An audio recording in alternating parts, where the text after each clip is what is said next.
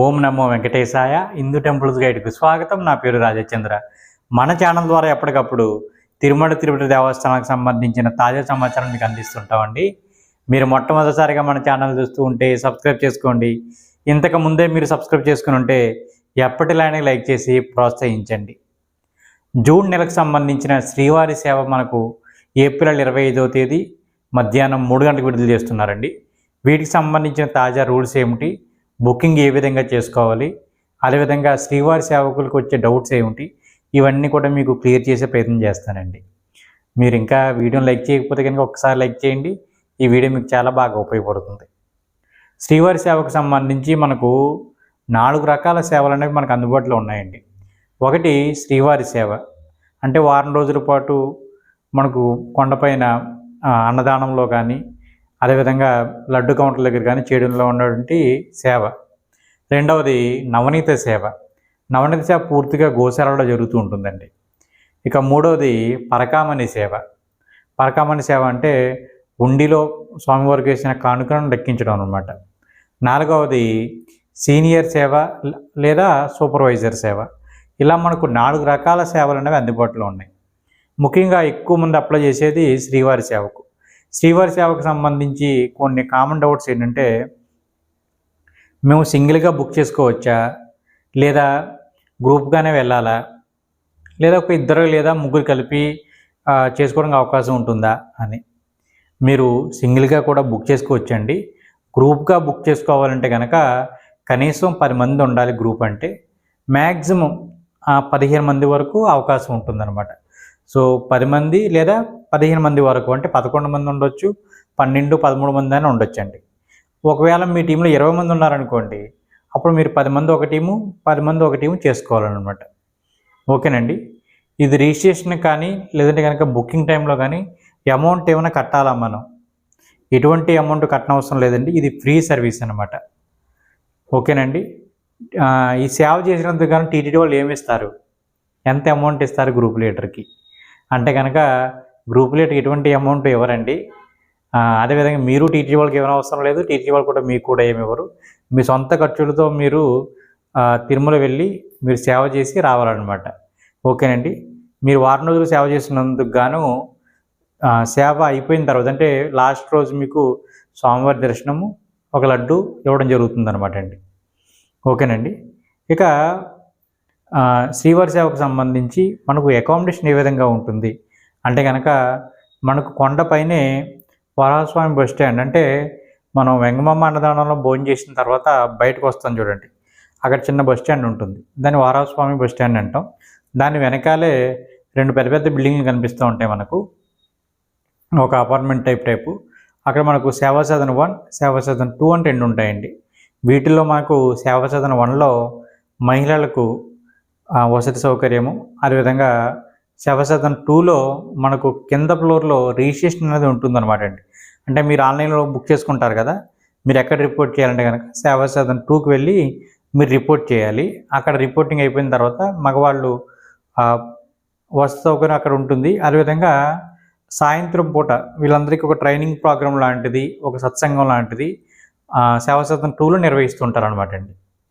ఓకేనండి. డ్యూటీ అనేది ఎన్ని గంటల పాటు ఉంటుంది, ఎందుకంటే మేము బుక్ చేసుకున్న తర్వాత రావడానికి మళ్ళీ టికెట్ బుక్ చేసుకోవాలి కదా, దాన్ని బట్టి మేము ప్లాన్ చేసుకుంటామని. సో డ్యూటీ అనేది ఏంటంటే మనకు 6 అవర్స్ మినిమం ఉంటుందండి. ఒక్కొక్కసారి ఎక్స్ట్రా డ్యూటీలు కూడా వేస్తారు. ఎలా అంటే, మీరు అప్పుడే డ్యూటీ చేసి వచ్చారు, ఉదయాన్నే 6 గంటలకు ఎప్పుడో వెళ్ళారు, లేదా తెల్లజోడు 4 గంటలు కూడా కొంతమందికి వేస్తారు. 4 గంటల నుంచి 10 గంటల దాకా డ్యూటీ వేసారనుకోండి, మీరు వచ్చి సేవా సదన్ రెస్ట్ తీసుకుంటున్నారు. ఈలోగా మైకులో అనౌన్స్మెంట్ వినపడుతుంది, పరకామణి సేవలకి ఎవరైనా వెళ్ళేలా ఉంటే కనుక మనకి కౌంటర్లో రిపోర్ట్ చేయండి అని. సో మీరు పరకామణి సేవ కూడా వెళ్తారనుకుంటే కనుక డ్యూటీ చేయొచ్చిన తర్వాత పరకామణి సేవ కూడా వెళ్ళవచ్చు. లేదా వేరే ప్లేస్లో అవసరం ఉంది అనుకుంటే కనుక వారు మళ్ళీ అక్కడ పిలుస్తారు. ఇక్కడ ఏదో ఒక ప్లేస్లో మనకి అన్నదానంలో కావాలంటే అర్జెంట్ కానీ మీరు వెళ్తారు ఎవరన్నా అంటే, ఆ టీం వాళ్ళు వచ్చి రిపోర్ట్ చేసిననుకోండి, వాళ్ళు అక్కడ కూడా తీసుకువెళ్తారనమాట. దీన్ని ఎక్స్ట్రా డ్యూటీలు అంటారు. ఇవి కాకుండా మనకు టెంపుల్ డ్యూటీ అనేది ప్రధానంగా శ్రీవారి సేవలో చెప్పుకోదగినది. టెంపుల్ డ్యూటీ అంటే స్వామివారి ఆలయంలో చేసే డ్యూటీ. ఇందులో మనకు టెంపుల్ డ్యూటీ అంటే ఓన్లీ స్వామివారి దగ్గరే అనుకోకండి. స్వామివారి ఆలయంలో ప్రధానం ద్వారం నుంచి ధ్వజస్తంభము, వెండి వాకిలి, బంగారు వాకిలి, అదే వెనకాల మనకు మండపం ఉంటుంది చూడండి, మండపం దగ్గర మొత్తం అన్ని చోట్ల కలిపి టెంపుల్ డ్యూటీ అని పిలుస్తారు. ఓకేనండి. ఏ ప్లేస్లో ఎవరిని వేస్తారనేది ఎవరికి తెలియదండి. ముందుగా వీటిని ఎలా సెలెక్ట్ చేస్తారంటే మీరు వెళ్ళి రిజిస్టర్ చేసుకుంటారు కదా, అంటే ఇక్కడ రిజిస్టర్ అయ్యారు, పలానా డేట్ వచ్చింది మీకు, అక్కడ వాళ్ళు రిపోర్ట్ చేశారు. రిపోర్ట్ చేసిన తర్వాత మీకు ఏదో అన్నదానంలో వేయమని చెప్పారు, అన్నదానంలో డ్యూటీ వేశారు మీకు. ఆ రోజు ప్రతిరోజు రాత్రి 7:30, 8 ఆ ప్రాంతంలో అప్పుడు డ్యూటీ చేస్తున్నటువంటి సేవకులు ఎవరైతే ఉన్నారో వాళ్ళందరికీ కలిపి లక్కీ డ్రా అనేది ఒకటి తీస్తారు. ప్రతిరోజు జరుగుతూ ఉంటుందండి. ఆ లక్కీ డ్రాలో సెలెక్ట్ అయిన వాళ్ళు లిస్ట్ అక్కడ బోర్డు ఉంటుంది సేవా సదన్ 2లో, అక్కడ అంటిస్తారు. సో మీకు ఎన్ని గంటలకి డ్యూటీ, ఇక్కడ డ్యూటీ అంటే 4 అవర్స్ ఉంటుందండి. మీకు మధ్యాహ్నం 12 గంటలకు ఉందనుకోండి, 12 గంటల నుంచి 4 గంటల వరకు ఒకరికి, 4 గంటల నుంచి 8 గంటల వరకు ఒక షిఫ్ట్, 8 గంటల నుంచి 12 గంటల వరకు ఒక షిఫ్ట్, ఇలా ఉంటుందన్నమాట. ఓకేనండి. ఒక్కొక్కసారి మీ లక్ బాగుందనుకోండి 2 సార్లు కూడా మీరు సెలెక్ట్ అవ్వచ్చు అనమాట. ఇందులో మనకు టెంపుల్ డ్యూటీ టైంలో ఏంటంటే లక్ కొద్ది కొంచెం లోపల పడ్డాం అనుకోండి, స్వామివారిని ఎక్కువ సార్లు దర్శించడానికి అవకాశం ఉంటుంది. సాధారణంగా ఏం జరుగుతుందంటే ఆ లోపల ఉన్న వాళ్ళు కానీ బయట చేస్తున్న వాళ్ళు కానీ ఈ భక్తులు ఒకసారి వచ్చి ఆగి మళ్ళీ గ్యాప్ ఉంటుంది కదా, ఆ టైంలో 1-2 సార్లు దర్శనానికి పంపిస్తూ ఉంటారు. చక్కగా మనం దర్శనం అంటే చేసుకోవచ్చు అనమాట అండి. మీరు సింగిల్గా వెళ్ళినా మీకు టెంపుల్ డ్యూటీ పడుతుందండి, గ్రూప్గా వెళ్ళినా టెంపుల్ డ్యూటీ పడుతుంది. చాలామంది డౌట్ ఏంటంటే భార్య భర్త ఉన్నారనుకోండి, వీళ్ళు ఎక్కడ ఉంటారు, చెన్నైలోనో బెంగళూరులో ఎక్కడ ఉంటారు, మరి వీళ్ళిద్దరు వెళ్ళాలంటే ఎలా? నిజానికి అలాంటి ఆప్షన్ కూడా ఒకటి ఇస్తే బాగుండు. ఇద్దరు వెళ్ళి చేసుకోండి, ఇలాగా దంపతులు అందరూ కూడా చక్కగా ఏ సమ్మర్ హాలిడేస్లోనూ ప్లాన్ చేసుకోవడం ఉంటుంది. కానీ ఇక్కడ ఏంటంటే ఎవరి మొబైల్లో వాళ్ళు రీఛార్జ్ చేసుకుని ఇద్దరు 25 తారీఖు పెట్టుకున్నారనుకోండి, సో అక్కడ ఏంటంటే ఇద్దరం కలిసి వచ్చేవాడి అని చెప్తే ఒకే ప్లేస్లో మీకు సేవ అన్నది వేయడం జరుగుతుంది అనమాట అండి. ఇక్కడ సేవ అన్నది ఏంటంటే ఇంతకుముందు 2 రోజులు ఒక ప్లేస్లోను, 2 రోజులు ఒక ప్లేస్లోను, మిగిలిన 3 రోజులు ఒక ప్లేస్లోను వేసేవారు. ఈ మధ్య కొందరికి ఏంటంటే ఒకే ప్లేస్లో వేస్తున్నారనమాట. చాలామంది డౌట్ ఏమొస్తుందంటే, సార్ మేము ఫస్ట్ టైం వెళ్తున్నాము, మాకు ఆ ప్లేస్లు ఎక్కడున్నాయో ఏం తెలియదు, ఏదో అన్నదానం అంటే తెలుసు తప్ప ఏ లగేజ్ కౌంటర్ అనో లేదా వైకుంఠం కాంప్లెక్స్ 1 అనో 2 అనో ఇవన్నీ చెప్తే మేము ఎలా వెళ్ళగలుగుతామని. మీకు ఎటువంటి ఇబ్బంది ఉండదండి. మీరు అక్కడ సేవకులు ఉంటారు కదా, వాళ్ళని అడిగితే చెప్తారు. మనం ఎప్పుడో ఒకసారి వెళ్తాం కాబట్టి చాలా పెద్ద దానిలాగా మనకు తెలియనట్టుగా ఉంటుంది, కానీ మీరు సేవకు వెళ్తే మీకు అన్ని ప్లేస్లు తెలిసిపోతాయండి. ఎటువంటి ఇబ్బంది ఉండదు. సింగిల్గా వెళ్ళి ఆడవాళ్ళకైతే మరీ సుఖంగా ఉంటుంది. జట్టు ద్వారా వెళ్తే కనుక మొత్తం అందరూ ఏకమయ్యి వెళ్ళడానికి ఉంటుంది, కానీ సింగిల్గా వెళ్ళే వాళ్ళకి, మగవాళ్ళకి కానీ ఆడవాళ్ళకి కానీ చాలా ప్రశాంతంగా ఉంటుంది. మీరు చక్కగా అన్నీ చూడగలుగుతారు కూడా. ఇక ఈ బుకింగ్లో బుకింగ్ కన్నా ముందు ఎన్ని బట్టలు పెట్టుకోవాలి ఏంటి మీకు విషయం చెప్పాలి. ఎందుకంటే ఫస్ట్ టైం వెళ్తున్నారు పాపం, వాళ్ళకు కన్ఫ్యూజ్ అవుతుంది కనుక ఏకంగా 7 రోజులు మనం ఎన్ని జతలు పెట్టుకోవాలి ఏంటని. ముందు యూనిఫామ్ తెలుసు కదా మీకు, ఆడవాళ్ళకైతే కనుక ఆరెంజ్ కలర్ శారీని, మెరూన్ కలర్ బ్లౌజు, అదే అనుకుంటా ఇంగ్లీష్లో. సో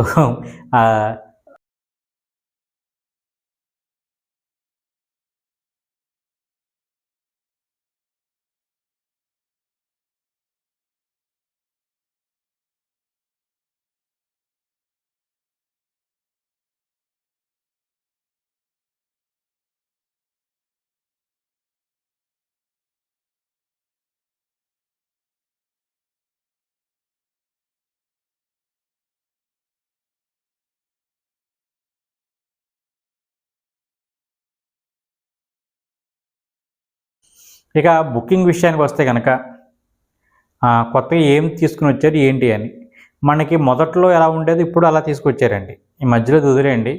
మధ్యలో అంటే కనుక మనం ఓపెన్ చేసిన తర్వాత మాత్రమే మన పేర్లు, ఫోటోలు ఇవన్నీ అప్లోడ్ చేసుకోవాల్సి వచ్చేది. ఇప్పుడు ఆ సిస్టమ్ తీసేసి ముందుగానే మీరు మొత్తం అంతా మీ డేటా ఏవైతే ఉందో, మీ ఆధార్ కార్డు కానీ, మీ పేరు, ఊర్లు, అదేవిధంగా ఫోటో, ఇవన్నీ ముందుగానే అప్లోడ్ చేసుకోవడానికి అవకాశం ఇచ్చారండి. ముందుగా టీమ్ లీడర్ ఎవరైతుందో ఆ టీమ్ లీడర్ మొబైల్ నెంబర్ నుంచి లాగిన్ అవ్వాలి. లాగిన్ అయ్యి ముందు ఆయన డీటెయిల్స్ అని ఫిల్ చేయాలి. ఫిల్ చేసిన తర్వాత యాడ్ సేవక్ అని ఉంటుంది. యాడ్ సేవక్లో సెకండ్ పర్సన్, థర్డ్ పర్సన్ వరుసగా యాడ్ చేసుకుంటూ వస్తారు. ఈ ఫోటో అనేది చాలామంది వాళ్ళని పాస్పోర్ట్ వేసి ఫోటోలు అడిగి తెచ్చుకొని చేస్తున్నారండి. దానికి మళ్ళీ ఫోటో తీసి అంత కష్టం అవసరం లేదండి. కొంతమంది పాస్పోర్ట్ సైజ్ ఫోటో లేకపోతే మరీ తీయించుకుని ఇస్తున్నారు. డైరెక్ట్‌గా ఆ వ్యక్తి ఉంటాడు కాబట్టి వాళ్ళకే డైరెక్ట్‌గా మొబైల్‌లో ఫోటో తీసేయండి, అది సరిపోతుందండి. మీరు పాస్పోర్ట్ సైజ్ ఫోటోలకే ఫోటో తీయనవసరం లేదు. టీటీడీ దేవస్థానం .gov.in అనే వెబ్సైట్ ఉంటుంది కదా, ఆ వెబ్సైట్లో అంటే 300 దర్శన టికెట్లు ఏ వెబ్సైట్లో బుక్ చేసుకుంటున్నామో అదే వెబ్సైట్లో మెనూలో టాప్లో శ్రీవారి సేవ అని ఉంటుంది. దాని మీద క్లిక్ చేస్తే మనకు 4 భాగాలు కనిపిస్తాయి. అంటే సీనియర్ సేవక్ లేదా సూపర్వైజర్ సేవ, ఇండివిజువల్ అంటే సింగిల్గా చేసుకునేవాళ్ళు, గ్రూప్ సేవ. ఓకేనండి, ఇందులో ఉంటుందన్నమాట. సో గ్రూప్ అయితే గ్రూప్ క్లిక్ చేసుకుని ఫస్ట్ టీమ్ లీడర్ వివరాలు ఇచ్చేసి తర్వాత మిగిలిన వాళ్ళు వరుసగా ఎంటర్ చేసుకుంటూ వచ్చేస్తారు. సింగిల్గా చేసుకుంటే గొడవ లేదనుకోండి. సో ఇవన్నీ ఫిల్ చేసేటప్పుడు ఫోటో విషయం వచ్చి చెప్పాను కదా మీకు, ఈ ఫోటో సైజ్ వచ్చేసి 1 MB లోపు ఉండాలండి. సో ఫోటో తీసుకోండి, మొబైల్లో సైజ్ ఎక్కువ వచ్చేసిందని ఫీల్ అవుతే కనుక ఒకసారి స్క్రీన్ షాట్ తీసుకున్న 1 MB లోపుకి వచ్చేస్తుంది, అదే సరిపోతుందండి. గత 2-3 రోజులుగా టీటీడీ వెబ్సైట్ సరిగా వర్క్ అవ్వలేదండి. అందువల్ల ఏంటి ఫొటోస్ అప్లోడ్ అవ్వలేదు. సో ఇంకా టైం ఉంది కాబట్టి 25 తారీఖుకి ఈలోగానే మీరు ఫొటోస్ అన్నీ అప్లోడ్ చేసుకునేలాగా ప్లాన్ చేయండి. సో టీం వివరాలు అన్నీ సేవ్ చేసుకున్న తర్వాత మీరు గుర్తుపెట్టుకోండి, మనకు తిరుమల, తిరుపతి 2 ఉంటాయి. తిరుమల మీరు ఆప్షన్ సెలెక్ట్ చేసుకున్నారనుకోండి, వారం రోజులు తిరుమల కొండపైనే ఉంటుంది. తిరుపతి సెలెక్ట్ చేసుకుంటే తిరుపతిలో 3 రోజులు, పైన 4 రోజులు ఉంటుందన్నమాట. ఓకేనండి. ఇంకొక ముఖ్యమైనది, అతి ప్రధానమైనది విషయం ఏంటంటే, శ్రీవారి సేవ బుకింగ్ ఎలా ఉంటుందంటే, మీరు అన్ని రోజులు గ్రీన్లో కనిపించవండి. మనకి 310 దర్శన టికెట్లు బుక్ చేసుకున్నట్టు అన్ని రోజులు చూపించవు. మనకి ఏంటంటే బుధవారం, గురువారం, శుక్రవారం ఇలా 3 రోజులు రిలీజ్ చేస్తారు. అంటే 3 రోజులు గ్రీన్లో కనబడతాయి, మిగిలినవన్నీ రిలీజ్ చేయనట్టే కనిపిస్తాయి. సో అవి రిలీజ్ చేయరు. ఇంకా ఏవైతే గ్రీన్లో కనిపిస్తున్నాయో అవే. సో మీరు సోమవారం సెలెక్ట్ చేసుకున్నారనుకోండి, సోమవారం నుంచి 7 రోజులు అనమాట. గురువారం సెలెక్ట్ చేసుకున్నారనుకోండి, గురువారం నుంచి 7 రోజులు. సో అది మీరు 25 తారీఖుని సెలెక్ట్ చేసుకుంటే కనుక 25 తారీఖు నుంచి 7 రోజులు లెక్కలోకి వస్తుంది. ఓకేనండి. రిపోర్టింగ్ టైం వచ్చేసి మీరు ఏ రోజైతే సేవ సెలెక్ట్ చేసుకున్నారో అదే రోజు వెళ్తే సరిపోతుంది, మధ్యాహ్నం 12 గంటలలోగా. లేదంటే 1 గంట 2కి వెళ్ళినా ఇబ్బంది ఏమి ఉండదండి. అదే రోజు వెళ్తే సరిపోతుంది, ముందు రోజు ఏమి వెళ్ళనవసరం లేదు. మీరు 7 రోజులు అంటే 1వ తేదీ బుక్ చేసుకున్నారనుకోండి, 1 నుంచి 6 వరకు, 1, 2, 3, 4, 5, 6, 7 రోజులు కదా. సో 7 రోజులు అయిపోతుంది. మీరు 8వ రోజు కూడా ఉండొచ్చు. కాబట్టి 7వ రోజుని సాయంత్రం మేము టికెట్ బుక్ చేసుకోమని అడుగుతున్నారు. ఒక్కొక్కసారి మీకు డ్యూటీ అన్నది సాయంత్రం 6 గంటల నుంచి 9 గంటల వరకు, 10 గంటల వరకు పడింది అనుకోండి, లాస్ట్ రోజు మీరు వెళ్ళిపోతామంటే వెళ్ళనివ్వరు అలాగా. సో కాబట్టి మీరు ఏం చేయాలంటే 8వ రోజు రిటర్న్ టికెట్ తీసుకోండి. అప్పుడు ఏమవుతుందంటే 8వ రోజు సాయంత్రం తీసుకున్నారనుకోండి, 7వ రోజు ఒకవేళ మీకు సాయంత్రం డ్యూటీ లేకపోయినా, మధ్యాహ్నమే మీకు డ్యూటీ అయిపోయినా వెంటనే మిమ్మల్ని దర్శనం పంపించేస్తారు, దర్శనం అయిపోతుంది. ఆ రోజు రెస్ట్ తీసుకుంటారు. మర్నాడు కొండ కింద దిగి కింద ఉన్న ఆలయాలన్నీ చూసుకుని సాయంత్రం ట్రైన్ ఎక్కుతారు. అలా ప్లాన్ చేసుకోండి. సో అప్పుడు ఇబ్బంది లేకుండా ఉంటుంది. మీరు 7వ రోజే ట్రైన్ టికెట్ బుక్ చేసుకుని సాయంత్రం 4 గంటలకి మీకు డ్యూటీ మరి 2 గంటల నుంచి 6 గంటల వరకు వచ్చిందనుకో, మళ్ళీ మీరు ఆ కౌంటర్ దగ్గరికి వెళ్ళి వాళ్ళని బతిమాలుకోవాలి, మాకు సాయంత్రమే ట్రైన్ ఉందండి, మేము డ్యూటీకి వెళ్ళాలి, మళ్ళీ వెంటనే దర్శనం ఉంది, ఆ దర్శనంకి ఎంత టైం పడుతుందో, ఇవన్నీ వాళ్ళు బతిమాలుకోవాలి. అలా కాకుండా నెక్స్ట్ డే ప్లాన్ పెట్టుకుంటే ప్రశాంతంగా ఉంటుంది.